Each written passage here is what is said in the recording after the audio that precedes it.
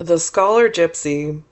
Go, for they call you shepherd, from the hill. Go, shepherd, and untie the wattled coats. No longer leave thy wistful flock unfed, nor let thy bawling fellows rack their throats, nor the cropped herbage shoot another head. But when the fields are still, and the tired men and dogs all gone to rest, and only the white sheep are sometimes seen, cross and recross the strips of moon-blanched green, come, shepherd, and again begin the quest. Here, where the reaper was at work of late, in this high field's dark corner, where he leaves his coat, his basket, and his earthen cruse, and in the sun all morning binds the sheaves, then here at noon comes back his stores to use. Here will I sit and wait, while to my ear from uplands far away the bleating of the folded flocks is borne, with distant cries of reapers in the corn, all the live murmur of a summer's day. Screened in this nook o'er the height, half-reaped field, and here till sundown, shepherd will I be. Through the thick corn the scarlet poppies peep, and round green roots and yellowing stalks I see pale pink convolvulus in tendrils creep, and air-swept lindens yield their scent, and rustle down their perfumed showers of bloom on the bent grass where I am laid, and bower me from the August sun with shade, and the eye travels down to Oxford's towers. And near me on the grass lies Glanville's book. Come, let me read the oft-read tale again, the story of the Oxford scholar poor, of pregnant parts and quick inventive brain, who, tired of knocking at preferment's door, one summer morn forsook his friends, and went to learn the gipsy lore, and roamed the world with that wild brotherhood, and came, as most men deemed, to little good, but came to Oxford and his friends no more. But once, years after, in the country lanes, two scholars, whom at college erst he knew, met him, and of his way of life inquired, whereat he answered that the gipsy crew, his mates, had arts to rule as they desired the workings of men's brains, and they can bind them to what thoughts they will. And I, he said, the secret of their art, when fully learned, will to the world impart, but it needs heaven-sent moments for this skill. This said, he left them, and returned no more. But rumours hung about the countryside, that the lost scholar long was seen to stray, seen by rare glimpses, pensive and tongue-tied, in hat of antique shape and cloak of grey, the same the gipsies wore. Shepherds had met him on the Hurst in spring, at some lone alehouse in the Berkshire moors. On the warm ingle-bench the smock-frocked boors had found him seated at their entering. But mid their drink and clatter he would fly, and I myself seem half to know thy looks, and put the shepherd's wanderer on thy trace, and boys who in lone wheat-fields scare the rooks. I ask if thou hast passed their quiet place. Or in my boat I lie, moored to the cool bank in the summer heats, mid wide grass meadows which the sunshine fills, and watch the warm, green-muffled Cumnor hills, and wonder if thou haunt'st their shy retreats. For most, I know, thou lov'st retired ground, thee at the ferry Oxford riders blithe, returning home on summer nights, have met crossing the stripling Thames at Bablock Hythe. Trailing in the cool stream thy fingers wet, as the punt's rope chops round, and leaning backward in a pensive dream, and fostering in thy lap a heap of flowers, plucked in shy fields and distant witchwood bowers, and thine eyes resting on the moonlit stream. And then they land, and thou art seen no more. Maidens who from the distant hamlets come to dance around the Fifield elm in May, oft through the darkening fields have seen thee roam, or cross a stile into the public way. Oft thou hast given them store of flowers, the frail-leafed white anemone,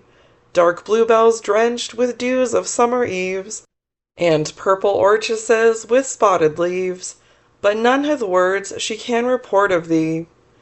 And above Gladstow Bridge When haytime's here in June, and many a scythe in sunshine flames, men who through these wide fields of breezy grass, where black-winged swallows haunt the glittering Thames, to bathe in the abandoned Lasher Pass, have often passed thee near, sitting upon the river-bank o'ergrown, marked thine outlandish garb, thy figure spare, thy dark, vague eyes, and soft abstracted air, but when they came from bathing, thou wast gone.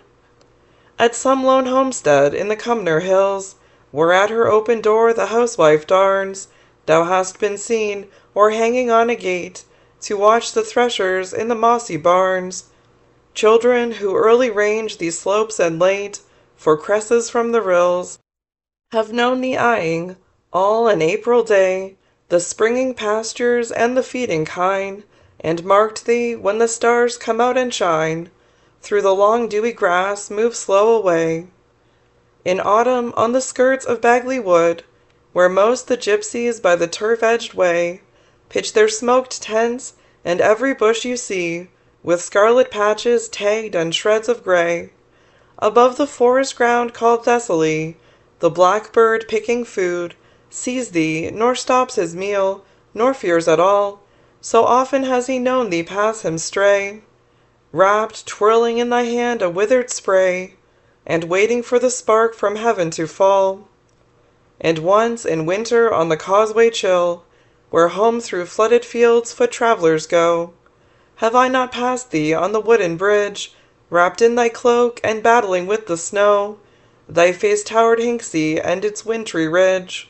and thou hast climbed the hill, and gained the white brow of the Cumnor range, turned once to watch, while thick the snowflakes fall, the line of festal light in Christ Church Hall, then sought thy straw in some sequestered grange. But what, I dream, 200 years are flown, since first thy story ran through Oxford halls, and the grave Glanville did the tale inscribe, that thou wert wandered from the studious walls, to learn strange arts, and join a gypsy tribe, and now from earth art gone, long since, and in some quiet churchyard laid, some country nook, where o'er thy unknown grave tall grasses and white flowering nettles wave, under a dark, red-fruited yew-tree's shade.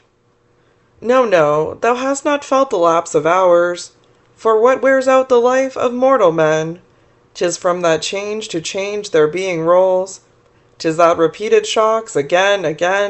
exhaust the energy of strongest souls, and numb the elastic powers, till having used our nerves with bliss and teen, and tired upon 1,000 schemes our wit, to the just pausing genius we remit our worn-out life, and are what we have been.